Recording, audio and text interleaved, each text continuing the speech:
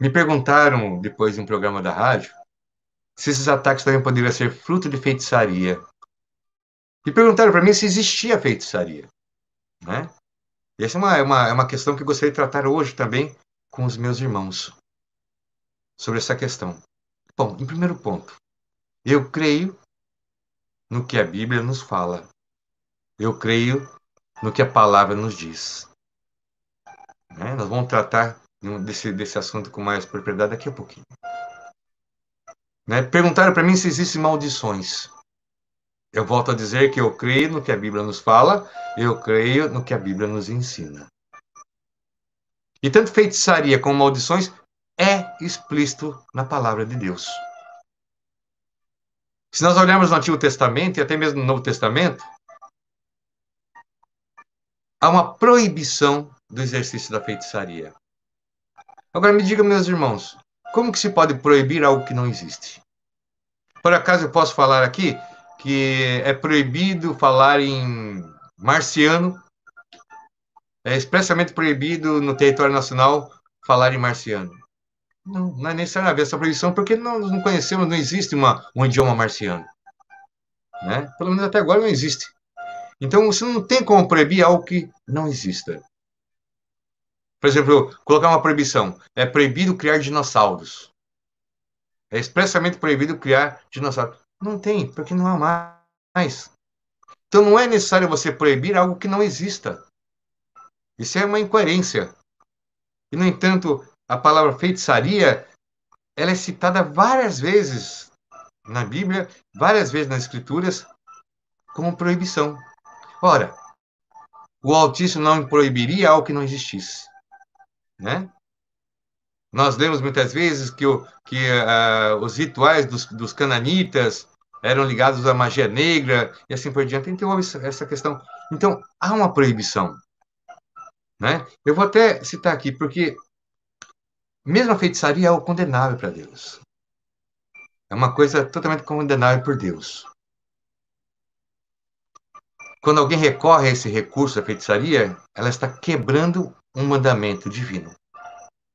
Quando ela recorre a esses artifícios de sacrifícios e tudo mais, ela está quebrando um mandamento divino. Né? Ela está colocando em desconfiança o poder de Deus sobre a vida dela. Né? Quando alguém se envolve nessas práticas, ela abre portas para que muitas coisas aconteçam de negativo na vida dela. Então, de outras vezes, nós conversamos sobre esses ataques espirituais, mas hoje eu quero conversar sobre esses dois assuntos. Sobre feitiçaria e sobre maldições. Isso existe? Se isso existe, é possível evitar? E se por acaso você foi atingido por uma dessas duas coisas, que muito parecido por sinal, há solução? Há como consertar? Há como deixar de sentir o efeito nocivo dessa situação? Então eu quero conversar sobre isso.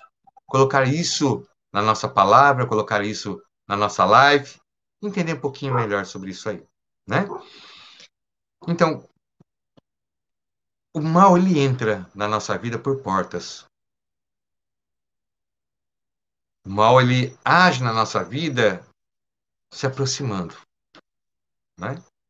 E sobre feitiçaria, no caso, eu gostaria até de citar alguns alguns textos, alguns versículos da Bíblia que fala sobre isso. Para ver como que a Bíblia fala. Se a Bíblia não proíbe algo que não exista, ela sempre vai nos orientar a não praticar aquilo que existe. E não a não praticar aquilo que não existe. Seria incoerência, seria desnecessidade. Então, se a gente olhar em Miqueias, capítulo 5, versículo 12, nós vamos ler assim: Acabarei com a sua feitiçaria e vocês não farão mais adivinhações. Acabarei com sua feitiçaria. Ou seja, é o que o profeta Miqueias está falando, né? Então veja, Miqueias fala sobre feitiçaria. Está ali escrito. Se você for no grego, também o termo grego tem a ver com a ação sobrenatural ocasionada por espíritos gênios e o ser humano.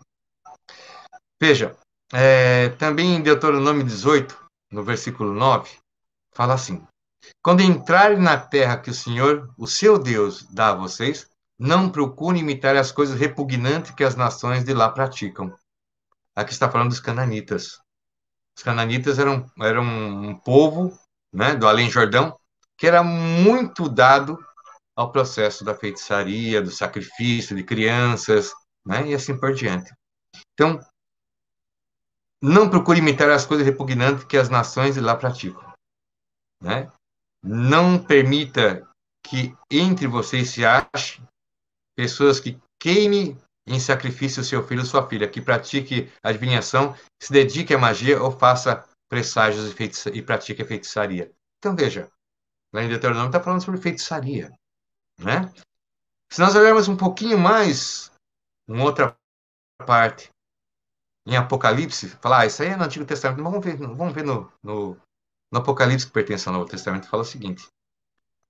No Apocalipse 22, versículo 15, fala assim: ficam fora os cães, né, no sentido de que as pessoas que só têm olhar material, só vivem atrás de promiscuidade, né, só vivem atrás da ganância. Então fica fora esses.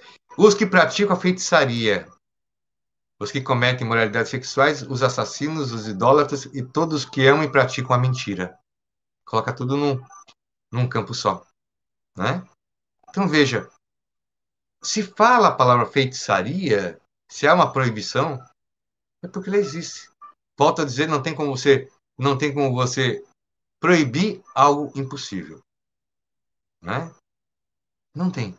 Então, se a Bíblia nos fala sobre isso, é porque existe. E se existe, tem ação. Aí Paulo vem em Efésios e nos fala essa mensagem. Olha, não é contra as coisas materiais. Não é contra a carne, o sangue e os ossos que você tem que lutar, mas contra as forças espirituais do mal. É que ele fala do mal. Por quê? Porque há as forças espirituais do bem. Há as forças espirituais do bem. Nós não estamos aqui nesse mundo desamparado ao léu. Não. Há forças espirituais do mal? Há. Mas há forças espirituais do bem também. Que são, na verdade, da égide do nosso Pai, da égide de Deus. Né? O próprio Cristo Jesus, o Santo Espírito, o Espírito Santo, que também o Senhor determinou que estivesse conosco nesse mundo regendo. Nossa Mãe Santa, né? Tantos santos maravilhosos, faz parte dessa égide do bem, os santos anjos. Faz parte dessa égide do bem. Não é contra isso que nós temos que batalhar, mas contra exatamente as forças espirituais do mal, que têm como objetivo nos fazer perder algo precioso, que é a nossa presença futura diante de Deus. Perder a nossa chance de nos colocarmos diante de Deus um dia. Né? Então, isso é o que tenta nos tirar. É isso que essas energias, que essas ações espirituais do mal fazem na nossa vida. Nos tentam tirar o direito de estar na presença de Deus um dia. Então, meus irmãos, isso é muito claro. Então, se existe a feitiçaria, se é a proibição, é porque existe. Eu não posso dizer a vocês que isso é uma coisa que não existe. Eu gostaria muito de falar isso não existe, isso não é assim, não existe, mas existe. Eu já tenho idade e experiência suficiente para saber que tanto a feitiçaria como maldições existem. Eu já tenho também idade e experiência para saber e entender que a ação do mal existe.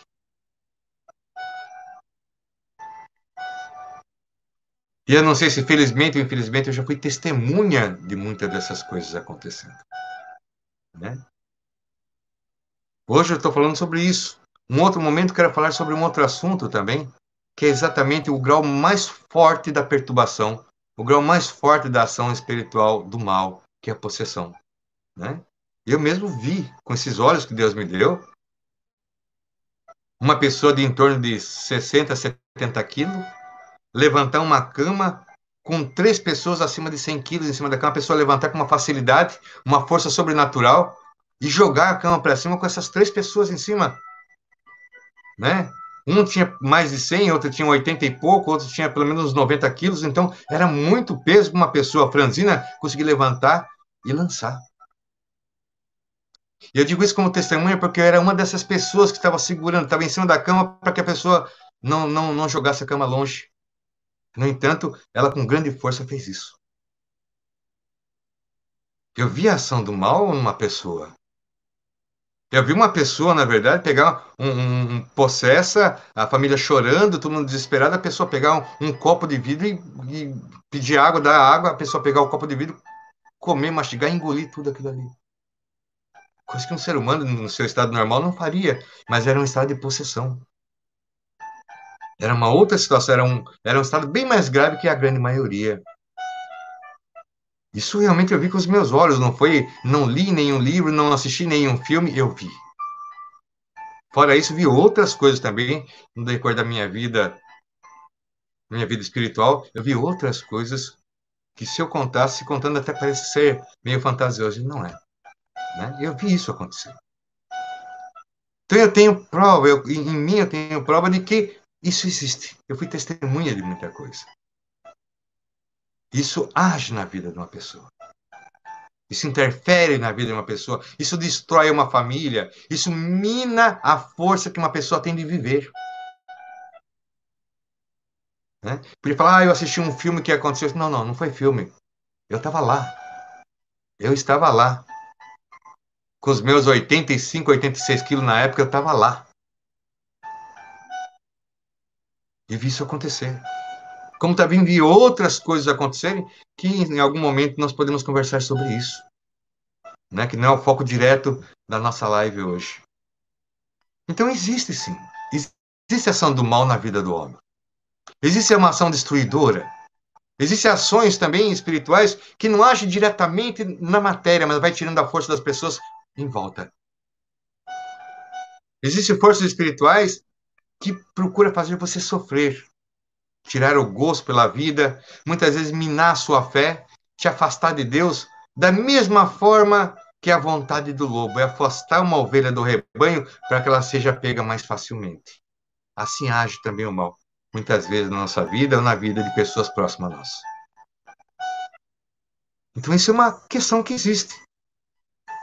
E nós, como pessoas que têm uma visão espiritual, como você também tem uma visão espiritual, nós devemos compreender isso. E buscar força nesse conselho de Paulo. Olha, né, ele fala assim: finalmente, irmãos, fortalecei-vos no Senhor pelo seu soberano poder. Pelo seu soberano poder. Fortalecei-vos no Senhor porque sois fracos. Fortalecei-vos no Senhor porque há poder para ti. Fortalecei-vos no Senhor porque o Senhor pode lhe dar força. Então, observa, vamos continuar nossa conversa e vamos aí crescendo no nosso entendimento à medida que nós vamos entendendo melhor, né? E também, não só entendendo, como passando uma radiografia, muitas vezes, na nossa vida, nos nossos dias. Muitas vezes as pessoas falam que é difícil. Você trabalhar, trabalhar, trabalhar, trabalhar e não ver o fruto do teu trabalho. Você trabalhar, trabalhar, trabalhar, passa dinheiro pelas tuas mãos, mas nada ali fica. Você planeja alguma coisa, começa a juntar ali seus pouquinhos para poder realizar aquele sonho. Quando está próximo, acontece alguma situação que você é obrigado a gastar aquilo ali, seja com uma doença, seja com alguma questão, ou você é ludibriado. Não interessa. Mas aquilo não fica na tua mão e a tua vida não avança. E quando a nossa vida não avança, nós somos assolados por uma sensação profunda, presta atenção, de decepção com a própria vida. E muitas vezes essa decepção com a própria vida, ela vai crescendo, crescendo, crescendo e nos enfiando uma melancolia. Até o ponto que você já não faz mais questão de mais nada, né? E começa a viver de uma forma quase que vegetativa. Sem esperança, sem sonho, sem aguardar nada positivo e nada bom na vida. Então veja bem, ou às vezes alguma coisa que é para sair, é para acontecer, e se enrola, se enrola, se enrola, se enrola, e nunca acontece. São essas decepções. São essas dores que acontecem na nossa vida. Porque a frustração é uma dor.